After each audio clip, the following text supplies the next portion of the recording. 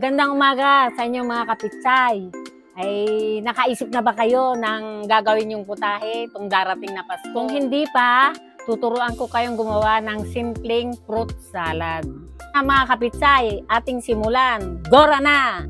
We wish you a Merry Christmas. We wish you a Merry Christmas.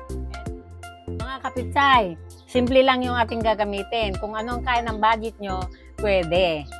Ito yung ating mga sangkap. Kailangan ito nakadrain ng mabuti. Kailangan natin ng isang bowl na malaki. Ganito kalaki.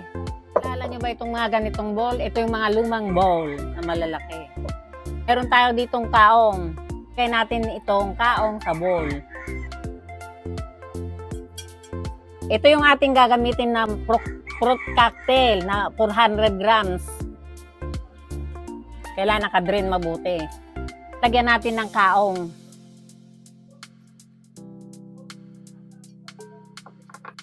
Lalagyan pa natin ng pasas. Ngayon, kung gusto nyo yung maraming pasas, dadamihan. Pero kung gusto nyo kakaunti, kalahati lang.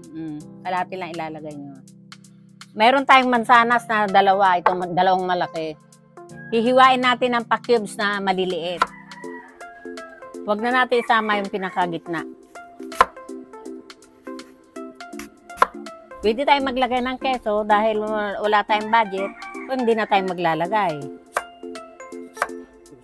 Hiwain natin ng maliliit na cubes ito para magandang tignan. Pag mayroon kayong budget, pwede tayong maglagay ng ubas na seedless.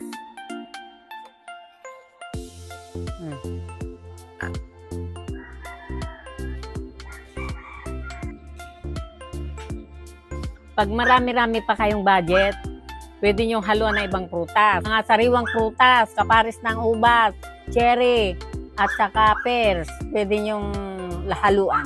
Na natin yung ating mansanas.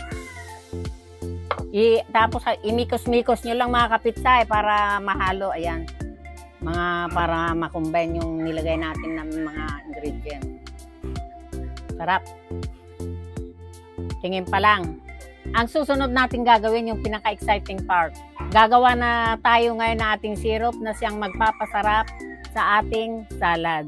We wish you a Merry Christmas. We wish you a Merry Christmas and a Happy New Year. Sa isang bowl, lalagyan na natin ng 500 ml all-purpose cream. Lalagyan natin ng isang latang condensed milk, 300 grams.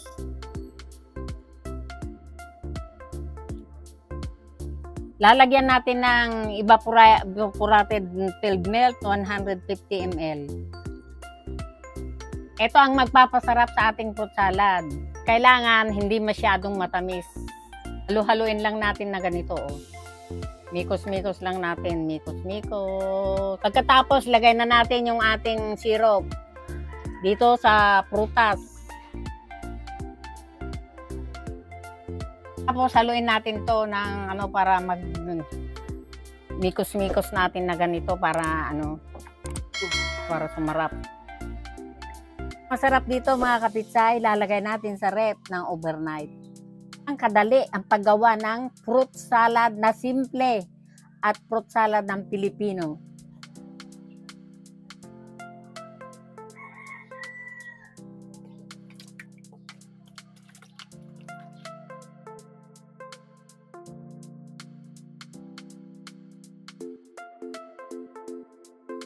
Kapitsay, ito na po yung ating nagawang fruit salad.